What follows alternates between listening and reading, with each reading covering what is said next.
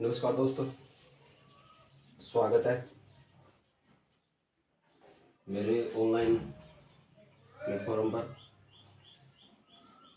हम कक्षा 12 की जो इतिहास विषय की जो पुस्तक है उसका भाग जो पहला है प्राचीन भारत का इतिहास, और उसका पहला ही चैप्टर चल रहा है ईंट मन की अस्थियां, यानी कि हड़प्पा सभ्यता, सिंधु घाटी सभ्यता। उसके हम 3 वीडियो अब तक पढ़ चुके हैं। तो 3 वीडियो मैं डाल चुका हूँ। आपको study with Manoj Saini, study with Manoj Saini YouTube channel है, उस पर मिल जाएगा। आप वहाँ पर प्ले लिस्ट है, उसमें देख सकते हैं। प्ले लिस्ट में आपको पहला जो वीडियो है वो सिलेबस का मिल जाएगा। उसके बाद में 3 वीडियो हैं वो मैंने डाल दिए, आप वहाँ जाकर देख सकते हो, अच्छे से नोट्स बना सकते हो। आज हम टाइम को ख़राब नहीं करते हुए डायरेक्ट देखते हैं। आज हम जो पढ़ेंगे वो पढ़ेंगे निर्वाह के तरीके, यानी कि हमने सिंधु घाटी सभ्यता की खोज कैसे हुई, उनका नामकरण कैसे हुआ, ठीक है, उसके निर्माता, उसका विस्तार वगैरह, ये सारे चीज़ें देख चुके हैं हम। आज हम निर्वाह के तरीके देखेंगे। एक छोटा सा टॉपिक दे रखा आपके यहाँ पर एनसीईआरटी में। एनसीईआरटी में जो टॉपिक दे रखा है निर्वाह के तरीके, निर्वाह के तरीके दे रखा है, तो उसको, और इसके बाद में एक है कृषि प्रौद्योगिकी, ये छोटे छोटे टॉपिक है। उसके बाद में आपका जो मेन जो स्थल है मोहनजोदड़ो, वो स्टार्ट हो जाएगा। तो हाँ, यहाँ पर हम देखेंगे जो निर्वाह के तरीके है ना, वो दो चित्र बताए गए हैं। यहाँ पर निर्वाह के तरीके में चित्र बताए गए हैं। अब इन चित्रों के माध्यम से आप अपने बुक है वो अपने साथ रखा करो। चित्रों के माध्यम से हम देखेंगे और समझेंगे, ये अपने बुक है उसमें देखते रहना। तो निर्वाह के तरीके में देखो, सिंधु घाटी सभ्यता है, उसके लोग, और उससे सिंधु घाटी सभ्यता से पहले के, यानी कि हमने सिंधु घाटी सभ्यता को 3 भागों में बांटा गया, मतलब इतिहासकारों ने। मतलब पूर्व हड़प्पा, जो मेन हड़प्पा सभ्यता है ना आपकी, उससे पहले की तो पूर्व हड़प्पा सभ्यता जो कच्ची बस्तियों के रूप में थी। कृषि, पशुपालन, शिकार, ये मुख्य जीवन निर्वाह का तरीका था। व्यापार था नहीं।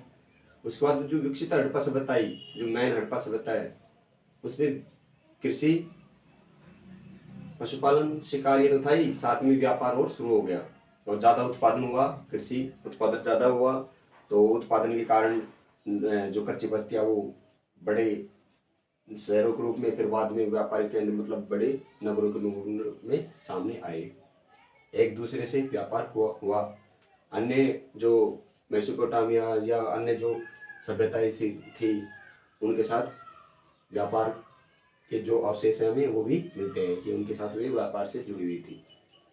तो निर्वाह के तरीके में हम देखेंगे, तो ये जो मेन जो यहाँ पर जो फोकस किया गया, ये बताया गया पूर्व हड़प्पा सभ्यता के बारे में बताया गया है। क्योंकि पूर्व हड़प्पा सभ्यता के लोग क्या खाते थे, ठीक है। तो निर्वाह के तरीके देखो, हड़प्पावासी पेड़ पौधों से कई प्रकार के उत्पाद, और पेड़ पौधों से कई उत्पाद और मछली आदि का भोजन के रूप में इस्तेमाल करते थे। हड़प्पा सभ्यता से मिले अनाजों के दानों में गेहूं, जो चावल, सफेद चना, ठीक है, दाल, चावल, बाजरा और तिल आदि शामिल है। यानी कि हड़प्पा सभ्यता है, मेन जो विकसित हड़प्पा सभ्यता है, उससे पहले के जो लोग थे, हड़प्पा पूर्व के लोग थे, वो मुख्य रूप से पेड़ पौधे, जो वनस्पति होती है, पेड़ पौधे, जंगल, उन पर निर्भर थी, और उनसे अनेक कंदमूल, फल, ठीक है, वो ला करके खाते थे। साथ में यहाँ पर मछली है ना, मछली की हड्डियां वगैरह मिली है, तो मछली भी खाते थे ये लोग। मछली पालते भी थे, उनको खाते भी थे। इसके अलावा यहाँ पर हमें खुदाई के अंदर कुछ मतलब अनाज के अवशेष मिले हैं अलग अलग हड़प्पा स्थलों से। तो उनमें क्या क्या है देखो, अनाजों में गेहूं है, जौ है, दाल है, सफेद चना है, चावल है, बाजरा है तथा तिल है। ये प्रमुख खाद्य फसलें थी इनकी। तो ये लोग भोजन के रूप में मछली, पेड़ पौधों पर निर्भर थे। इसके अलावा अनाज, गेहूं, जो चावल, दाल, जो सफेद चना है वगैरह, इन पर निर्भर थे खाद्य के रूप में, खाने के रूप में। हड़प्पावासी भेड़, बकरी, मवेशी, सुअर, भैंस आदि भी पालते थे। इसके अलावा भेड़, बकरी, सुअर ये सब पालतू जानवर थे इनके। इसके अलावा कुछ जंगली जानवर भी थे, जैसे वराह है, जंगली सुअर, हिरण, पक्षियों और घड़ियाल यानी कि मगरमच्छ, घड़ियाल मगरमच्छ आदि की भी यहाँ पर हमें अनेक स्तरों से हड्डियां मिली है। घड़ियाल, मगरमच्छ, पक्षियों की हड्डियां मिली है। इसके अलावा जंगली सुअर वराह है उसकी, ठीक है, हिरण है, इनकी भी हड्डियां मिली है। ये लोग जानवरों का शिकार करके मांस प्राप्त करते थे, यानी कि लोग जंगलों में जाते, जानवरों का शिकार करते और उनसे मांस प्राप्त करते थे। ठीक है, मांस प्राप्त करते थे, पर उनको खाते भी थे, रख भी लेते थे। ठीक है, उनकी संग्रहण करते थे, खाद्य संग्रहण। अब ये जो हड्डियां वगैरह मिली है हमें, ये कुछ स्थल हैं, जैसे मान लो ये मेहरगढ़ है पाकिस्तान में, बलूचिस्तान में, पाकिस्तान का जो राज्य है ना बलूचिस्तान, वहां पर एक स्थल मिला है मेहरगढ़। और ये मेहरगढ़ जो है वो संभवतः हड़प्पा, जो विकसित हड़प्पा सभ्यता है ना, उससे पहले का ही स्थल है। और यहाँ से हमें, मेहरगढ़ से हमें भैंस, जो भैंस होती है ना, भैंस बफेलो, उसकी हड्डियों के अवशेष मिले हैं। इसके अलावा यहाँ पर कपास के भी अवशेष मिले हैं। लेकिन ये मिले कब के हैं? हड़प्पा सभ्यता, जो मेन हड़प्पा सभ्यता है ना, विकसित हड़प्पा सभ्यता, उससे पहले के अवशेष यहाँ पर मिले हैं, जो संभवतः हड़प्पा सभ्यता से पूर्व के हैं, यानी कि पूर्व हड़प्पा सभ्यता के अवशेष हैं। इनकी हड़प्पा सभ्यता से पहले ही मेहरगढ़ के अंदर पशुपालन वगैरह लोग करने लग गए थे, कृषि कार्य करने लग गए थे। ठीक है, तो निर्वाह के तरीके समझ गए। निर्वाह के तरीके यानी कि जीवन निर्वाह के लिए वो क्या क्या करते थे? कृषि कार्य करते थे, पशुपालन करते थे, शिकार करते थे, जिसके अवशेष हमें अनेक स्थलों से मिले हैं। ठीक है, अब है नेक्स्ट है कृषि प्रौद्योगिकी, यानी कि लोग कृषि कार्य करते थे ना, तो कौन कौन से साधनों का उपयोग करते थे? जैसे खेत जोतने के लिए किसका उपयोग करते थे? सिंचाई के साधन क्या थे? ठीक है, कौन सी मतलब टेक्नोलॉजी कौन सी थी जिसके द्वारा ये खेती करते थे? तो देखो कृषि प्रौद्योगिकी, यहाँ पर जैसे कुछ जैसे मोहरें मिली है, मरण मूर्तियां यानी कि मिट्टी की मूर्तियां मिली हमें। उन मिट्टी की मूर्तियों और इनसे मोहरों से हमें पता चलता है कि हड़प्पा वासी है जो पशु और हल, यानी कि पशु को मतलब संभवतः बैल, ठीक है, बैल जो होता है वो, और हल जो होता है ना वो है, उसको खेती में काम लेते थे हल जोतने के लिए। लेकिन एक चीज ध्यान रखना, यहाँ पर हमें हल नहीं मिला है, यानी कि उस समय का वो हल नहीं मिला है, बल्कि उसकी हल की एक मतलब प्रतिरूप, यानी कि मिट्टी की बनी हुई वो मिली है, मूर्ति मिली है, हल मिला है। जैसे बनावली हरियाणा में हल मिला है, मिट्टी का हल। ठीक है, तो इसका मतलब है प्रतिरूप बनाया है, फोटो बनाई है, उसकी मूर्ति बनाई है, तो इसका मतलब है कि वो लोग काम में तो लेते थे कृषि कार्य में हल का उपयोग। तो देखो मुहरों से तथा मरण मूर्तियों से, यानी कि मिट्टी की मूर्तियों से पता चलता है कि हड़प्पावासी पशु तथा हल से कृषि करते थे, यानी कि पशु से संभवतः बैल है, ठीक है, और हल, इनसे कृषि करते थे। कई स्थलों से कृषि के औजार मिले हैं। क्या मिले हैं? कृषि के औजार मिले हैं, जैसे दांतली वगैरह, यहाँ पर कृषि के औजार मिले हैं, या संभवतः आप देख सकते हैं यहाँ पर, ठीक है, इधर कुछ औजार हैं, ठीक है, जो हमें यहाँ देखने को मिलते हैं। एक ये बैल मिला है, ठीक है, तो ये बैल है जो खींचने के। इसके अलावा ये कृषि के औजार है, यहाँ पर आप देख सकते हैं कृषि के औजार, ये ठीक है, तांबे के हैं, ये धातु के औजार, क्योंकि लोहे से तो परिचित थे नहीं, पीतल से परिचित नहीं थे हड़प्पावासी, तो ये तांबे के औजार वगैरह मिले हैं। ठीक है, अनाज कूटने का या कुल्हाड़ी वगैरह, या फिर ऐसे, जबकि हल नहीं मिला हमें, बल्कि हल का प्रतिरूप यानी कि मिट्टी का हल मिला है। ठीक है, औजार मिले, यानी कई स्थलों से कृषि के औजार मिले हैं जो स्पष्ट करते हैं कि हड़प्पावासी धातु के औजार काम में लेते थे।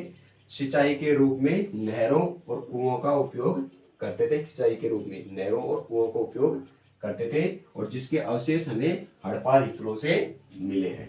यानी कि सिंचाई के रूप में ये कुओं का उपयोग करते थे, कुएं के अवशेष मिले हैं। ठीक है, नहरों का उपयोग करते थे सिंचाई के लिए। ठीक है, और इसके अलावा सिंचाई करने के लिए जो तालाब है ना, तालाब जलाशय, उनके अंदर बारिश का पानी इकट्ठा कर लेते थे। ठीक है, तो उसके भी हमें अवशेष मिले हैं। बनावली है हरियाणा में, यहाँ से मिट्टी का हल मिला है।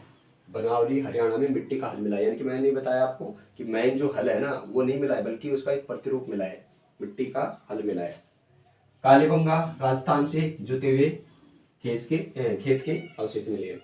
कालीबंगा है हनुमानगढ़ में, राजस्थान में। यहाँ पर हमें जुते हुए खेत के अवशेष मिले हैं। और यहाँ पर जुते हुए खेत भी कैसे, दोहरी फसल की। ठीक है, एक साथ दो फसलें उगाने के भी अवशेष मिले हैं। बाकी का हम देखो, ये छोटे छोटे टॉपिक पढ़े, बाकी का हम जो मेन जो टॉपिक है ना स्तर पढ़ेंगे 5-7, उनमें पढ़ेंगे हम। ठीक है, इसके अलावा कालीबंगा में जुते हुए खेत के अवशेष मिले हैं। साथ में ही सोरत गई अफगानिस्तान में है, वहां से नहरों के अवशेष मिले हैं। यानी कि नहरों से सिंचाई करने के अवशेष कहाँ मिले हैं, सोरत गई अफगानिस्तान में मिले हैं। इसके अलावा धोलावीरा गुजरात में है। ठीक है, वहां पर जलाशयों यानी कि तालाब में सिंचाई करने के लिए पानी इकट्ठे करने के अवशेष मिले हैं। यानी कि धोलावीरा गुजरात में जलाशयों यानी कि तालाब का प्रयोग संभवतः कृषि के लिए जल संचयन यानी कि पानी इकट्ठा करने के लिए किया जाता था। बाकी का इनका विस्तार से हम हड़प्पा के जो 5-7 स्थल पढ़ेंगे ना, वहां पर पढ़ेंगे, इनकी विस्तार से चर्चा करेंगे कि कौन से स्थल से हमें क्या क्या चीजें मिली है। ठीक है, समझ में आ गया होगा निर्वाह के तरह के, यानी कि ये लोग जीवन यापन के लिए क्या कार्य करते थे, कृषि, पशुपालन, शिकार। ठीक है, ये लोग करते थे, व्यापार नहीं था। ये बात कर रहे हैं हम हड़प्पा सभ्यता से पहले की बात कर रहे हैं। ठीक है, कृषि प्रौद्योगिकी में यानी कि सिंचाई के साधन क्या थे, और सिंचाई के औजार क्या थे, खेती करने के औजार क्या थे, तो हल वगैरह का उपयोग करते थे। लेकिन हमें हल का प्रतिरूप नहीं मिला है, बल्कि उसकी फोटो वगैरह यानी कि मिट्टी का हल मिला है। जो मैन हल है ना वो नहीं मिले। इसके लिए वह जुते हुए खेत के अवशेष मिले, जो हल द्वारा जुते हुए खेत है ना उसके अवशेष मिले हैं। बाकी हम आगे इनके स्थलों के बारे में चर्चा करेंगे ना, तब पढ़ेंगे। तो इसको स्क्रीनशॉट ले लो। ठीक है, और इसके नोट्स बना लो। अब हम देखेंगे हड़प्पा सभ्यता की जो नगर थे ना, जो शहर थे, उनकी नगर योजना के बारे में, कि किस योजना के तहत वो अपना आवास या शहर है उसको बसाते थे। तो हड़प्पा सभ्यता की जितने भी नगर हैं, बड़े बड़े जो नगर हैं, ठीक है, शहर हैं, वो 2 भागों में बटे हुए थे। 2 भागों में, और टीलों के रूप में थे। इनकी सारे ऊंचाई पे थे टीलों पर। तो 2 भागों में थे, एक तो पूर्वी टीला होता था, एक पश्चिमी टीला। ठीक है, ये पूर्वी टीला हो गया। ठीक है, और ये पश्चिमी टीला। तो पश्चिमी टीला था वो छोटा था। यहां पर हम बात करेंगे पश्चिमी टीले की। ठीक है, और ये हो गया आपका पूर्वी टीला और पश्चिमी टीला। अब देखो, पूर्वी टीला था वो पश्चिमी टीला था वो ध्रुव था, यानी ध्रुव के रूप में था ऊंचाई पर। दूसरा क्या था, ये ऊंचा था। ये टीला क्या था, ऊंचा, यानी कि ऊंचा था। दूसरा ध्रुव के रूप में था, ध्रुव बना हुआ था किले के रूप में। ठीक है, जबकि पूर्वी टीला की विशेषता क्या था, ये टीला नीचा था, जबकि ये क्या था, शहर, यानी कि आम लोगों के लिए था, शहर के रूप में था। आज भी आपको राजस्थान में देखोगे आप, कई जगह दुर्ग हैं, तो पहाड़ों के ऊपर दुर्ग बने हुए हैं। फिर ठीक है, और आम जनता जो नगर बसती थी वो नीचे होती थी। तो ऐसे ही नदियों के किनारे जो टीले होते थे, तो ऊंचाई पे पर जो टीला था, ऊंचाई पर जो टीला था उसके ऊपर बनते थे ये नगर योजना बनती थी। 2 भागों में बटी हुई थी, पूर्वी टीला और पश्चिमी टीला। पश्चिमी टीला जो ऊंचा होता था, जो ध्रुव के रूप में था। संभवतः जो शासक वगैरह, ऐसे तो मतलब हमें शासक वर्ग के वहां पर कुछ ऐसे कुछ मतलब संकेत तो मिले हैं, लेकिन हम पूर्णतः नहीं कह सकते हैं। तो ऐसे कह सकते हैं बड़े लोगों के लिए अमीर लोगों के लिए, शासक वर्ग के लिए था दुर्ग, जबकि जो आम जो शहर था, नगर था, जो पूर्व में था, नीचे था, निचले वाले भाग पे, वो नगर के रूप में था। ठीक है, दो भागों में था। कितने भागों में बटा हुआ था? दो भागों में, ये भी ध्यान रखना। यानी कि अधिकतर जो स्थल है वो दो भागों में बटे हुए थे, पूर्वी टीला और पश्चिमी टीला। इसके अलावा आपको धोलावीरा ध्यान रखना है, जो गुजरात में है। धोलावीरा है वो तीन भागों में बटा हुआ है। कितने भागों में? तीन भागों में। तो एक तो था वही पश्चिमी टीला, जो ध्रुव के रूप में था, ऊंचाई पे था। ठीक है, ध्रुव के रूप में। जबकि जो नगर था, नगर वो दो भागों में बटा हुआ था। नगर था यानी कि पूर्वी टीले वो दो भागों में बटे हुए थे। तो ये दो भाग थे, ये नगर के रूप में थे, और ये थे ध्रुव के रूप में, पश्चिमी टीला। तो धोलावीरा का ध्यान रखना आपको कि धोलावीरा है वो अपवाद के रूप में है, जो तीन भागों में बटा हुआ है। बाकी शहर कितने भागों में बटे हुए हैं? दो भागों में, पश्चिमी टीला और पूर्वी टीला। इसके अलावा आपको एक लोथल का ध्यान रखना है, जो गुजरात में है, बंदरगाह के रूप में था। इसके अलावा यहीं पर एक सूरकोटड़ा है, सूरकोटड़ा। ये जो नगर है, शहर मिले हैं,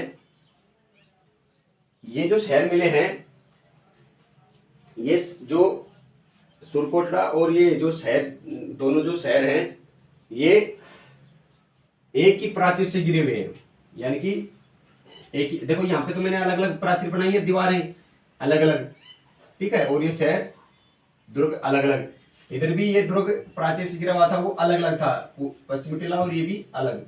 लेकिन सूरकोटड़ा और लोथल है वो, जैसे मान लो ये पूर्वी टीला हो गया, पश्चिमी टीला हो गया मान लो, और ये पूर्वी टीला हो गया, और ये दोनों ये एक ही प्राचीर से गिरे हुए हैं, दोनों एक ही प्राचीर से गिरे हुए हैं। यानी कि हम बात करें, हड़प्पा के अधिकतर स्थल वो दो भागों में बटे हुए हैं, पश्चिमी टीला और पूर्वी टीला। ठीक है, दोनों टीलों की अलग अलग प्राचीर होती थी, पूर्वी टीले की और पश्चिमी टीलों की। एक एग्जाम्पल है, उदाहरण है धोलावीरा। धोलावीरा दो भागों में बटा हुआ न होने के अलावा तीन भागों में बटा हुआ है। तीन भागों में बटा है, जिसमें एक पश्चिमी टीला हो गया दुर्ग के रूप में, उसके चारों तरफ प्राचीर होती थी दुर्ग की। जबकि शहर है वो दो भागों में बटा हुआ है, उसकी अलग से प्राचीर है, तो अलग अलग है। जबकि लोथल और सूरकोटड़ा वो दो भागों में बटे हुए हैं, पूर्वी और पश्चिमी टीले के रूप में, लेकिन उन दोनों की प्राचीर अलग अलग न होने के बजाय एक है।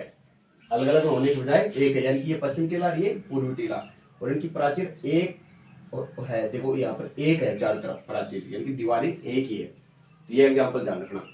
एग्जाम प्रश्न आएगा सीधे सीधा कि नगर योजना के तहत कौन से स्थल हैं जो एक ही प्राचीर से गिरे हुए थे, दुर्ग और शहर के रूप में? तो वो सूरकोटड़ा और लोथल हो जाएगा। ऐसा कौन सा स्थल है सिंधु घाटी सभ्यता का, ऐसा कौन सा स्थल है जो तीन भागों में बटा हुआ था? धोलावीरा गुजरात में। ठीक है, और बाकी सारे सारे दो भागों में बटे हुए हैं, पश्चिम टीला और पूर्वी टीले के रूप में। ठीक है, ये ध्यान रखना। फिर वास्तुकला में अब यहाँ पर देखो, पहला जो पढ़ेंगे में नगर, इसमें जो वास्तुकला में पढ़ेंगे नगर योजना पढ़ेंगी, तो ये नगर योजना होगी ये आपकी। ठीक है, ठीक है। और दूसरा है भवन निर्माण, भवन कैसे बने होते हैं इनके। भवन का मतलब है घर, जो मकान है ना वो किस प्रकार बने होते हैं, कच्चे थे, पक्के थे, या सार्वजनिक भवन भी मिले हमें। सार्वजनिक पुरोहित का मकान बना है, जो 5-7 कमरों का एक है, सार्वजनिक भवन। विशाल स्नानागार मिला है यहाँ पर हमें, विशाल स्नानागार मोहनजोदड़ो में, स्नानागार, अन्नागार मिला है। ठीक है, इसके अलावा जल निकासी। तो ये 6 जो बिंदु है ना, इस बिंदु के हिसाब से हमें यहाँ पर नगर योजना पढ़ेंगे। और उसमें पहला जो बिंदु है वो है नगर योजना। पहला बिंदु क्या है? नगर योजना। और इस नगर योजना, हड़प्पा सभ्यता की नगर योजना यानी कि बस्तियां किस प्रकार थी वो हम यहाँ पर देख चुके हैं। दूसरे एक ये भी ध्यान रखना, नगर योजना में ये भी ध्यान रखना आप कि जो इनकी जो प्राचीर है ना, दीवारें हैं, सुरक्षा प्राचीर है यानी दीवारें हैं, उनका बनाने का उद्देश्य ये नहीं था कि भारी शासक है या भारी आक्रमणकारी आ सकते हैं, ये नहीं था। बल्कि उनका उद्देश्य ये था कि उनके जो पशु है ना, क्योंकि पशुपालन मुख्य कार्य था कृषि के साथ साथ, तो पशुओं को चोरी करके नहीं लेके चले जाए कोई, ठीक है, पशुओं की चोरी करके नहीं लेके जाए, ठीक है, या फिर लुटेरे उनको लूट कर नहीं ले जाए। यानी कि आक्रमण का भय नहीं था कि आक्रमण के भय के कारण ये सुरक्षा प्राचीर बनाई गई थी, दीवारें बनाई गई थी, अपितु पशुओं की चोरी रोकने के लिए और लुटेरों से बचने के लिए ये दीवारें ऊंची ऊंची बनाई जाती थी। तो पहला टॉपिक अपना नगर योजना है। नगर योजना आप समझ गए होंगे। अब यहाँ पर हम देख लेते हैं, ठीक है। यहाँ पर एग्जाम्पल आपके मोहनजोदड़ो को दिखाया गया है एग्जाम्पल के तौर पर। यहाँ पर तो देखो, हड़प्पा सभ्यता की नगर योजना एवं बस्तियां दिया। देखो, हड़प्पा सभ्यता की बस्तियां 2 भागों में विभाजित थी। कितने भागों में थे? 2 भागों में, जो मैं समझा चुका हूँ। पहला है दुर्ग यानी कि पश्चिमी टीला, और दूसरा है निचला शहर यानी पूर्वी टीला। देखो, ये कच्ची ईंटों के चबूतरों पर बनी होती थी, ठीक है। पहले एक चबूतरा बनाया जाता था, जैसे हम नींव वगैरह रखते हैं ना, ऐसे। तो पहले कच्ची ईंटों का एक चबूतरा बनाया जाता, उसके ऊपर फिर ये भवन वगैरह, बिल्डिंग, अपना मकान या नगर वगैरह बसाते थे, ठीक है।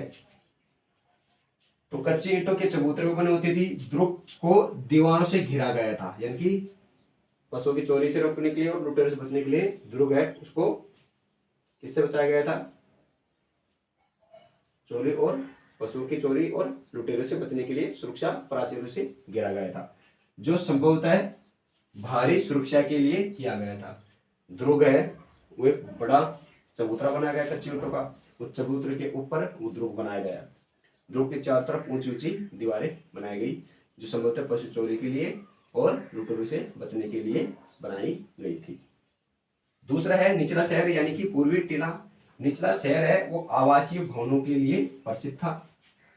यह भी दीवारों से घिरा होता था। इसके अलावा कई भवनों को ऊंचे चबूतरों पर बनाया गया, जो नींव का कार्य करते थे। इसके अलावा जो पूर्वी टीला था, जो नीचा था, जो शहर के रूप में था, ठीक है, उसको भी सुरक्षा प्राचीर से घेरा गया था। कुछ भवन वगैरह जो हैं, जो शहर के अंदर, निचले शहर के अंदर मिले हैं, वो ऊंचे चबूतरों पर बने हुए थे, जो नींव का कार्य करते थे। अब यहाँ पर नोट के रूप में देख लेते हैं। जैसे मैंने बता दिया, यहाँ पर धोलावीरा है जो गुजरात में, वो 3 भागों में विभाजित था, बाकी शहर 2 भागों में थे, जबकि धोलावीरा 3 भागों में थे। इसके अलावा सुरकोटड़ा और लोथल है के दुर्ग और नगर है वो एक ही प्राचीर से घिरे हुए हैं। सुरकोटड़ा और लोथल के जो दुर्ग और नगर हैं वो एक ही प्राचीर यानी कि एक ही दीवारी के अंदर मिले हुए हैं। हड़प्पा कालीन जो नगर थे उनके चारों ओर प्राचीन बनाने का, जो दीवारें बनानी है, उसका उद्देश्य क्या था? शत्रुओं से आक्रमण करना। शत्रु मान लो आक्रमण कर दे, उससे बचने का उद्देश्य नहीं था।